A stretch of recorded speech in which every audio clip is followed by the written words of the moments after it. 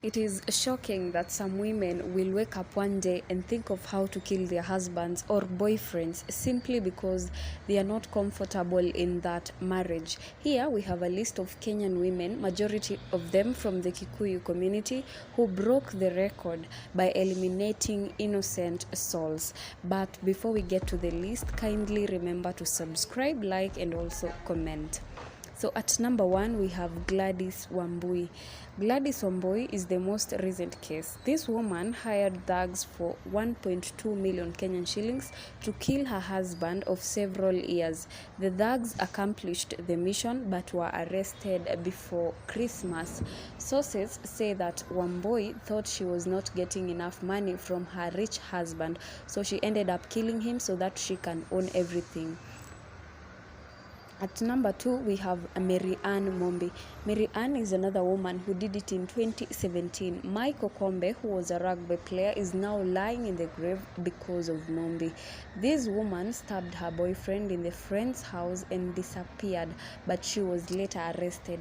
Okombe couldn't survive the attack because of excessive internal bleeding.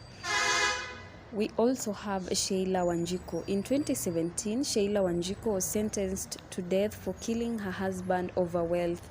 Sheila Wanjiku Kibinge, said to be a university lecturer based in the US and also a PhD student, was handed the sentence by High Court Judge Jesse Lesit. The judge dismissed her defense that it is the kidnappers who attacked and murdered her husband by shooting him in the head, neck, and chest.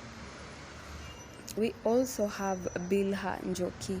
In 2016, Bilha Njoki hired hitmen to kill her husband, who is a KAA employee. Mr. Joseph Muraya escaped death by a whisker after Buruburu police officers learned of the plan. Bilha was arrested and imprisoned. Jane Muthoni. In June last year, Miss Jane Muthoni, a mother of 3 and headmistress of Isashire Secondary School in Kiambu, hatched a brutal, chilling and cold-blooded plan, in the words of High Court Judge Joel Ngugi, to kill her husband, Mr. Solomon Mwangi, the headmaster of Kiru Boys in Kiriaini, Murang'a. Joseph Njuguna, alias Karis, a criminal turned state witness, said in a confession that he was contacted by a woman acquaintance he only identified as Damaris for a well-paying job. Finally, Jane killed her husband. Kamanda Wanjiru. In 2015, Kamanda Wanjiru, arguably the prettiest woman in Kenyan prisons, stabbed her boyfriend to death. The lady had found a text message in Faridi Mohammed's phone. Angry, she took a knife and stabbed the boy to death.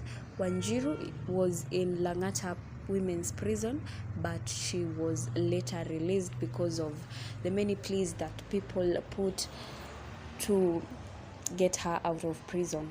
We